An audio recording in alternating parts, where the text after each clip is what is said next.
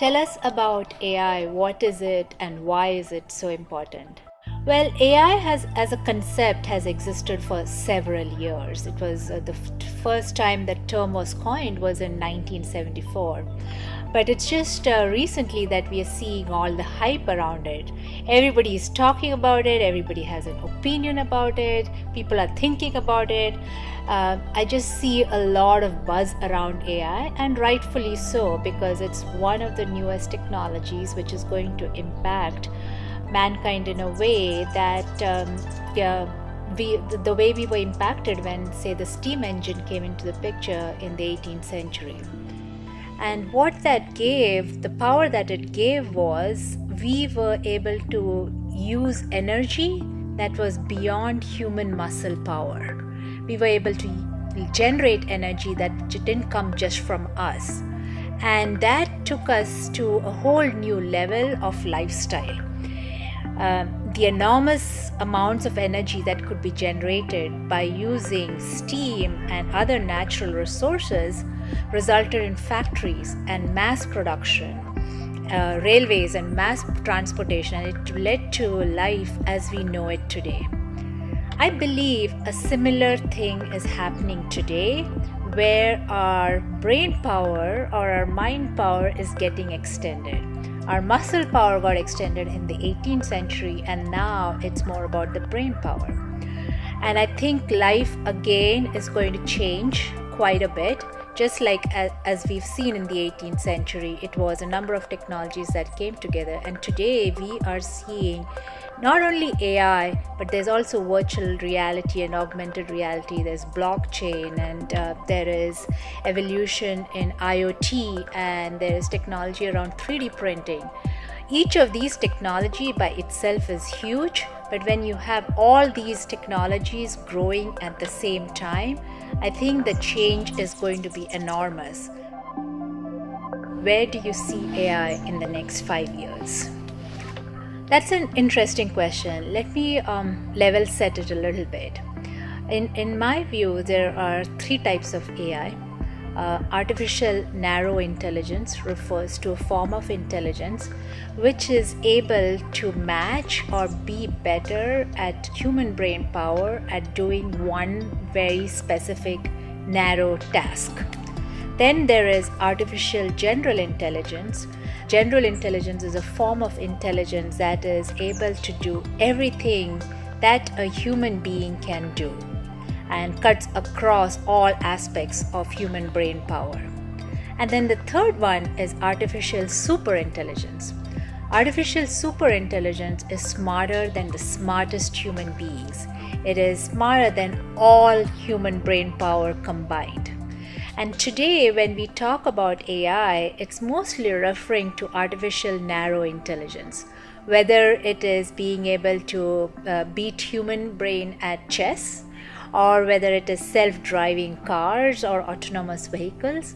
It's really focused on being better at one narrow aspect of what a human brain can do. And I think over the next decade, we will truly see artificial narrow intelligence reach its limits. We are nowhere near artificial general intelligence, and artificial superintelligence seems to be even further away. A lot of the fear and doom and gloom stories come from the fact of artificial superintelligence, when the artificial intelligence is actually more powerful and smarter than all of human brain power combined. But given where we are with our technologies, whether it is the data or compute power, I don't see artificial superintelligence taking over mankind anytime in our lifetimes, at least. The relationship between technology and work has always been complex. There's always a fear, whether it's when we had the first industrial revolution and the second industrial revolution to the rise of the internet. There's always a fear that new technology is going to replace jobs or to make certain roles extinct. But I've also seen that technology creates new roles and new jobs. If you look back at the rise of the internet, or the mobile technologies. 30 years ago, there was nobody with the title of an iOS developer or a UX designer. These were roles that came into existence and rose in the past few decades. And I think AI is going to have a similar impact. AI is going to eliminate certain jobs, but it's also going to create a lot of new jobs, jobs that we don't even know about today. The more important question is, how are we preparing a future workforce that is ready for these new jobs?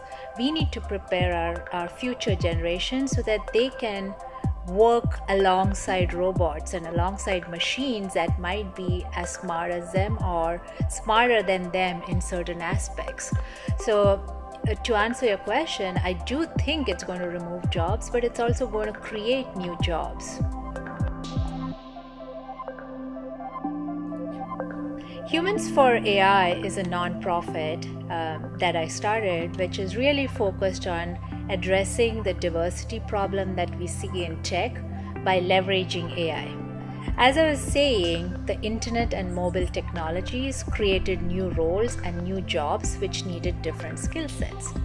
And I think AI is going to do a similar thing. Now, it is up to us to prepare a workforce of the future which is actually more diverse. I think we have an opportunity here. We have about 5 to 10 years when you're going to need a workforce that is extremely AI savvy. The second data point is that today AI is still in its infancy. We are very much in the artificial narrow intelligence phase. But as AI, the technology mature, we are going to need deep domain experts. Can we proactively attract more women and minorities to be the ones who bridge the gap between the domain and AI? Can we actually attract women lawyers, women accountants, women nurses to be the future AI product designers, product managers? I see this as an opportunity for us to actually bring in the women and minorities into tech by training them specifically with AI savvy skill sets.